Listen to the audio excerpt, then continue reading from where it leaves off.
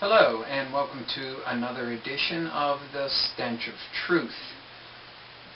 I would like to take a couple of minutes to talk about 9/11 in light of the fact that Loose Change, the final cut, is now available. And it is available for free on Google Video, so I highly urge you to watch it immediately and buy the DVD. It is a very, very well-produced movie, and if you saw any of the previous versions of Loose Change, this one surpasses all of them, not only in production values, but also in content, having much more information available in it that was not available for any of the previous versions of Loose Change. I enjoyed the previous versions of Loose Change as well, but this one is by far the very best, and wouldn't expect any less for the final cut. In talking about 9/11, there are certainly many questions that swirl around this issue. And one thing that I think most Americans can agree on is that the supposed 9/11 Commission completely failed to answer the question of who, when, what, where, how, and why when it comes to what happened on that day on September 11th, 2001. Now, of all of the questions that surround that particular issue, everybody has their own pet theories or their own, main issue that they like to latch on for spreading the particular theory that they hold very dear to themselves as for who was behind it and what the ultimate purpose of it was, and was it really a terrorist event, was it a known government false flag operation, were there elements within the U.S. government that knew about this and let it happen, or were there elements within the U.S. government that planned it and actually put it into action? All of these questions are very valid.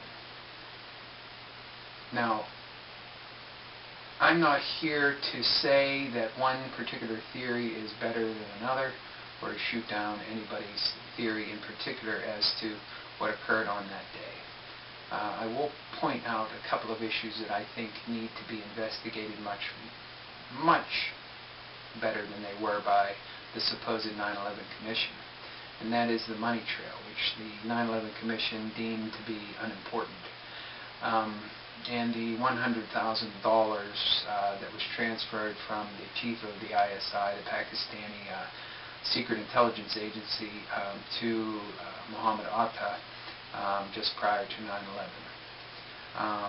The question of how these supposed hijackers were able to gain access to military training and to flight training, and how they were able to go undetected by the FBI, supposedly. and also the Israeli spy ring that was operating in the United States just prior to 9/11, this supposed art student spy ring, which briefly popped up in the news surrounding 9/11, but then was quickly shuffled under the rug and never heard from again. You can find a little bit about this online if you look closely enough, but it doesn't get the attention that it deserves. There's certainly some evidence that the Mossad knew something about what was going to happen, and then the question then becomes, did they share that information with the United States or didn't they? And if the answer to that question is no, then why didn't they? And I think all of these questions are very valid, and if it turns out that all of them are blind alleys or dead ends, then nothing ventured, nothing gained, I say. I think the important thing is to remember that no matter what kind of answers you get, they're never going to be satisfactory for you in whatever your belief happens to be. And if you believe that it was a missile that hit the Pentagon, and you believe it with such fervor that no matter how much pieces of wreckage of of a commercial airliner or pulled out of that wreckage will satisfy you that it was a plane that hit the Pentagon. And I'm not saying one way or the other, because I've heard credible evidence on both sides of the argument. So I think the important thing is to question.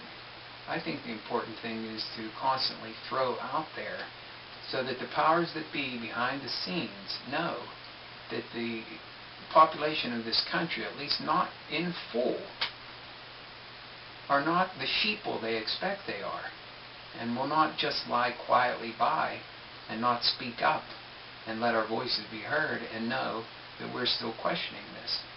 That we will not rest until something is done. But don't be naive and expect anything to really happen. The only thing good that can come out of questioning 9/11 and other conspiracies that this government may or may not have been involved in is the catharsis that is gained by asking the questions in the first place, both to you as an individual and to the community around you, because it is an effort to assert your individuality and to throw off the oppression of those who would seek to make you a conformist and to just believe the party line that is handed to you.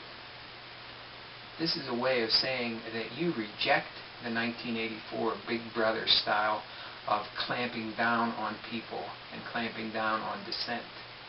That in and of itself is enough to cause one to question.